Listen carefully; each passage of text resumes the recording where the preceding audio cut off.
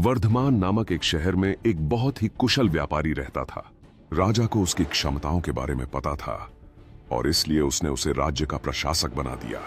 अपने कुशल तरीकों से उसने आम आदमी को भी खुश रखा था और साथ ही दूसरी तरफ राजा को भी बहुत प्रभावित किया था। कुछ दिनों बाद व्यापारी ने अपनी लड़की का विवाह तय किया। इस उपलक्ष्य में उसने एक बहुत बड़े भोज का आयोजन किया। इस भोज में उसने राज परिवार से लेकर प्रजा सभी को आमंत्रित किया। भोज के दौरान उसने सभी को बहुत सम्मान दिया और सभी मेहमानों को आभूषण और उपहार दिए। राजघराने का एक सेवक जो महल में झाड़ू लगाता था, वह भी इस भोज में शामिल हुआ, मगर गलती से वह एक ऐसी कुर्सी पर बैठ गया जो राज परिवार के लिए नियत थी। यह देखकर व्यापारी आग बबूला हो गया और उसने सेवक की गर्दन पकड़कर उसे भोज से धक्के देकर बाहर निकलवा दिया। सेवक को बड़ी शर्मिंदगी महसूस हुई और उसने व्यापारी को सबक सिखाने की सोची। कुछ दिनों बाद एक बार सेवक राजा के कक्ष में झाड़ू लगा रहा था। उसने राजा को अर्धनिद्रा में देखकर बड़बड़ाना शुरू किया। इस व्यापारी की यह मजाल कि वह रानी के साथ दुर्व्यवहार करे।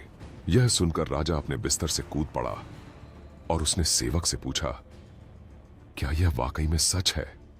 क्या तुमने व्यापारी को दुर्व्यवहार करते देखा है? सेवक ने तुरंत राजा के चरण पकड़े और बोला, मुझे माफ कर दीजिए, मैं पूरी रात जुआ खेलता रहा और सो न सका, इसीलिए नींद में कुछ भी बड़बड़ा रहा हूं। राजा ने कुछ बोला तो नहीं, पर शक का बीज तो बोया जा चुका था। उसी दिन से राजा ने व्यापारी के महल में निरंकुश घूमने पर पाबंदी लगा दी और उसके अधिकार कम कर दिए। अगले दिन जब व्यापारी महल में आया तो उसे सैनिकों ने रोक दिया। यह देखकर व्यापारी बहुत आश्चर्यचकित हुआ।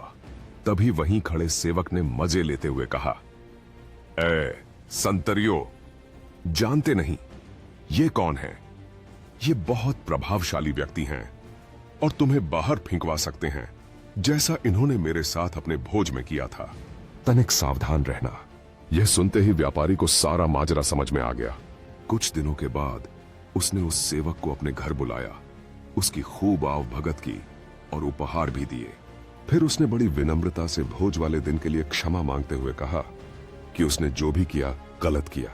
सेवक खुश हो चुका था। उसने कहा कि न केवल आपने मुझसे माफी मांगी बल्कि मेरी इतनी आवभगत भी की। आप चिंता न करें, मैं राजा से आपका खोया हुआ सम्मान वापस दिलाऊंगा। अगले दिन उसने राजा के कक्ष में झाड़ू लगाते हुए जब राजा को अर्धनिद्रा में देखा तो फिर बड़बड़ाने लगा, हे भगवान, हमारा राजा तो ऐसा मूर्ख है कि वह गुसलखाने में खीरे खाता है। यह सुनकर राजा क्रोध से भर उठा और बोला, मूर्ख सेवक, तुम्हारी ऐसी बोलने की हिम्मत कैसे हुई? तुम अगर मेरे कक्ष के सेवक न होते तो तुम्हें नौकरी से निकाल देता। सेवक ने दोबारा चरणों में गिरकर राजा से माफी मांगी और दोबारा कभी न बड़बड़ाने की कसम खाई। उधर राजा ने सोचा कि जब यह मेरे बारे में ऐसे गलत बोल सकता है तो अवश्य ही इसने व्यापारी के बारे में भी गलत ही बोला होगा, जिसकी वजह से मैंने उसे बेकार में दंड दिया। अगले दिन ही राजा ने व्यापारी को महल में उसकी खोई प्रतिष्ठा वापस दिलाई।